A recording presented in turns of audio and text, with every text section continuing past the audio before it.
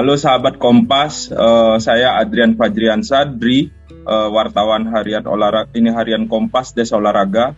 Hari ini kita mau membahas mengenai event akbar dunia, event akbar olahraga dunia Olimpiade di Tokyo. Dan harian Kompas memiliki keistimewaan karena ada satu wartawannya yang mendapatkan kesempatan untuk meliput langsung di Olimpiade Tokyo. Olimpiade Tokyo ini unik dibandingkan Olimpiade sebelumnya karena berlangsung di tengah pandemi. Satu-satunya Olimpiade sampai detik ini yang berlangsung di tengah pandemi dengan banyak sekali protokol kesehatan yang harus dipenuhi. Nah, kita ingin mengetahui langsung bagaimana kondisinya di Tokyo saat ini dan bagaimana peluang tim Indonesia di Olimpiade kali ini langsung dengan wartawan harian Kompas yang ada di Tokyo sekarang, Agung Setiahadi. Halo Adrian, akhirnya sampai di Tokyo setelah melewati protokol kesehatan yang sangat ketat ya. Screeningnya sangat detail di bandara. Aku hampir 4 jaman lah, sekitar 4 jam baru bisa keluar dari bandara karena harus menjalani tes PCR dan screening yang lain termasuk dokumen imigrasi ya. Nah ini menarik nih Mas, di tengah kondisi pandemi, karantina ketat, itu gimana proses liputannya nanti? Di mana saja wilayah-wilayah yang boleh dikunjungi, itu aturannya, wawancaranya seperti apa nantinya, bagaimana itu mungkin bisa diceritain Mas? Nah iya Dri, itu juga mungkin sahabat Kompas perlu tahu juga ya, mungkin juga bertanya-tanya, ini nanti liputannya gimana gitu. Tahu sendiri ya kalau udah liputan itu kan pasti brep gitu ya biasanya ya, ramai gitu kan, apalagi kalau atletnya atlet top gitu ya, kayak Kevin Marcus gitu, mana juara nanti emas gitu. Kalau biasanya pasti udah dikerubungin tuh TV, fotografer. Sekarang sistemnya gini, pertama ya, untuk lokasi yang bisa kita liput itu hanya ada di arena-arena pertandingan. Itu hanya boleh pakai bus yang disediakan oleh panitia. Nah, cuman kita tidak bisa otomatis meliput pertandingan karena harus pesen tiket dulu. Gimana caranya? Itu kita pilih pertandingan cabang apa, di hari apa, tanggal berapa. Nah, kalau untuk yang high demand games kayak atletik 100 meter, final renang, nah itu high demand. Itu nanti distribusi tiketnya tidak lagi melalui sistem pemesanan itu yang online itu, tapi melalui NOC.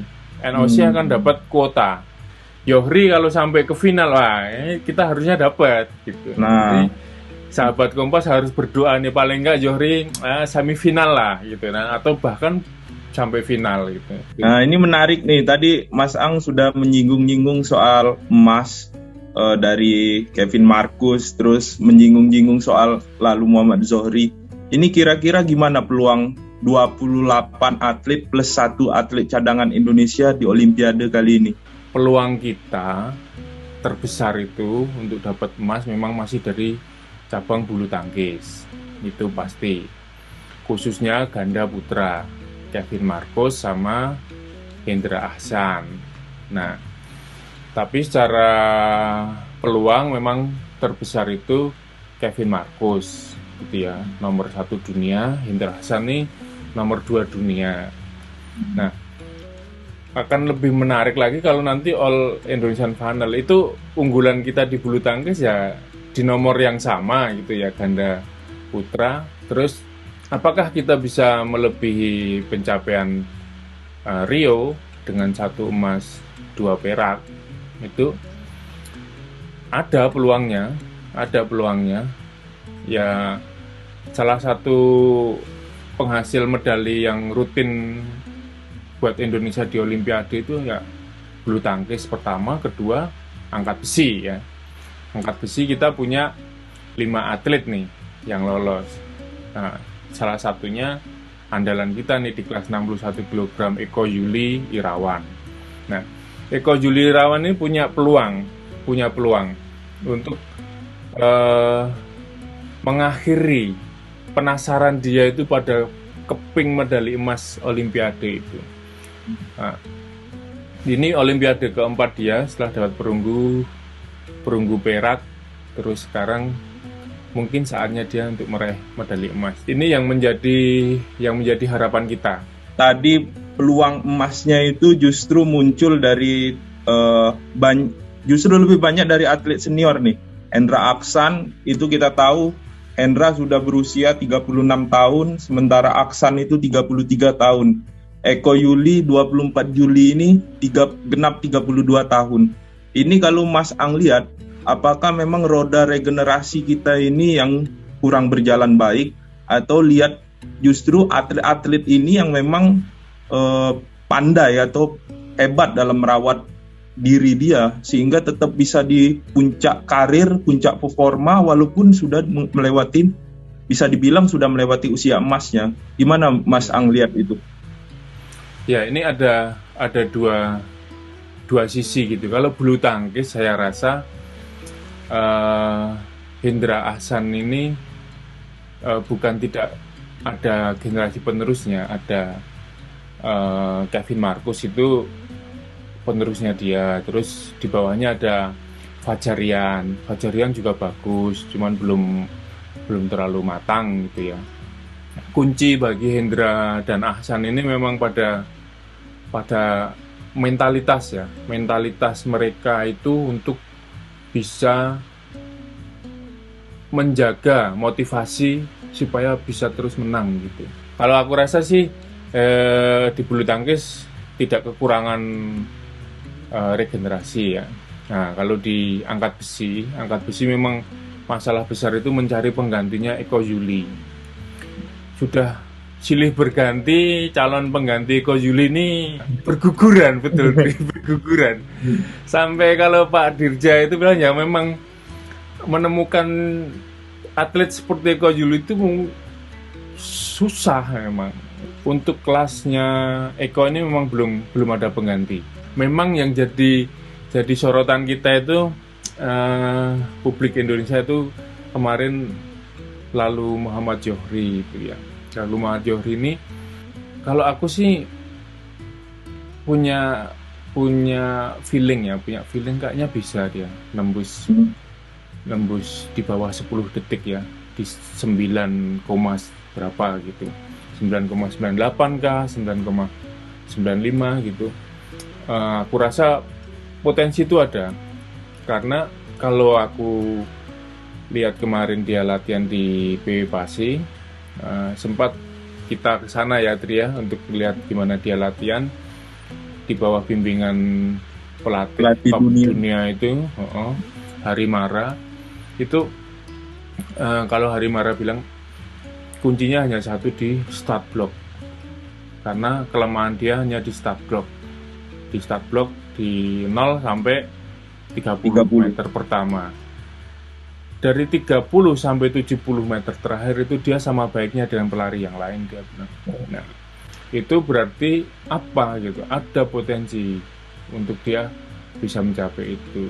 Pernah aku tanya memang Harimara, bisa nggak tembus di 995 pada saat Olimpik nanti? Dia bilang, wah saya nggak tahu kalau soal waktu, tapi kalau potensi ada, dia bilang. Tapi apakah dia bisa 995, saya nggak tahu gitu. Ya nanti kita lihat di situ aja gimana dia bisa memperbaiki tekniknya dia. Start block itu sama 2, dia harus pakai kacamata kuda. Nah itu kacamata mental dia kuda itu. Kalau dia udah pakai kacamata kuda, dia akan ngelihat terus ke depan nih, nggak peduli nih kanan kirinya ini. Taunya nanti di kanannya ini Justin Gatlin ya, di sebelah kirinya Subintian bawahnya atau siapa gitu. Nah, itu bisa ganggu. Jadi dia bilang fokus pada apa yang akan kau lakukan gitu. Nah, itu bekal kacamata kuda itu yang diberikan Harimara ke Yohri. Menarik sekali cerita Mas Ang, gimana Mas Ang bukan hanya atlet tapi jurnalis juga harus menjalani tantangan di masa pandemi Olimpiade, di masa pandemi ini, menjalani protokol kesehatannya ketat, nggak bisa bebas lagi kayak event-event yang Asian Games dulu kita bisa liputan ke sana ke sini sesuka hati. Iya. Sekarang semuanya harus diatur, harus dibuat jadwal, harus dibilang beberapa hari sebelum kejuaraan. Dan di sini juga selain itu kita melihat juga bagaimana fenomena atlet-atlet senior Indonesia yang masih tetap eksis dan bahkan menjadi tumpuan untuk tetap meraih medali. Dan atlet-atlet mudanya punya potensi besar untuk meneruskan roda prestasi ke 2024 nanti. Mungkin untuk sahabat Kompas sampai di sini dulu perbincangan dengan Mas Ang, dan mungkin nanti pas hari berikutnya kita bertemu lagi dengan Mas Ang, punya cerita yang baru mungkin bagaimana pengalaman nanti Mas Ang menjalani mulai liputan setelah lepas dari karantina, dan bagaimana nanti Mas Ang menjadi saksi bisu, bukan saksi bisu, saksi berbicara, saksi berbicara bagaimana atlet-atlet Indonesia akan meraih prestasi dan siapa yang akan mendapatkan emas pertama Indonesia di Olimpiade kali ini. Gitu. Sampai jumpa lagi. Ya. Terima kasih Mas Ang, selamat Idul Adha.